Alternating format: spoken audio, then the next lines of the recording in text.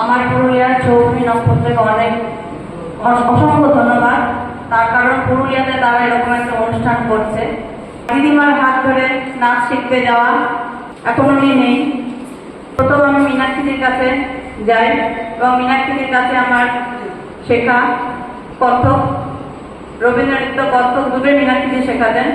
ওনার কাছে কমপ্লিট করার পর আমার মীনাক্ষীদির জন্যই আমার একটা স্কুল জয়েন করা হয় চেরিয়ামাতে। ওইখানে আমি নাচ শেখাতে যাই আস্তে আস্তে। তারপর আমার গ্র্যাজুয়েশন চলাকালীন বিয়ে হয়ে যায় এবং বিয়ের পর আমার নাচটা বন্ধ হয়ে যায়। কিন্তু আমার নাচের ইচ্ছাটা প্রথম থেকেই ছিল। আমি খুব কষ্ট পেতাম আমার নাচটা বন্ধ হয়ে যাওয়ার পর, কিন্তু আমার একটা জেদ ছিল আমি আবার স্টার্ট করব। দীর্ঘ 30 বছর পর আমার আবার হঠাৎ করে মনে হয় আমি আবার নাচটা চালিয়ে যাই।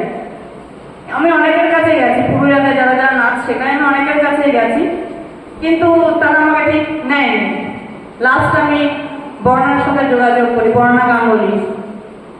ও আমাকে বলে তুমি কবে থেকে শুরু করবে বলো, আমি সেদিন থেকে তোমাকে শুরু করাবো। সেই থেকে আজ 3 বছর হতে চললো, সেই থেকে আমি বর্ণার সাথে আছি। বর্ণা আমার এখন নৃত্যগুরু।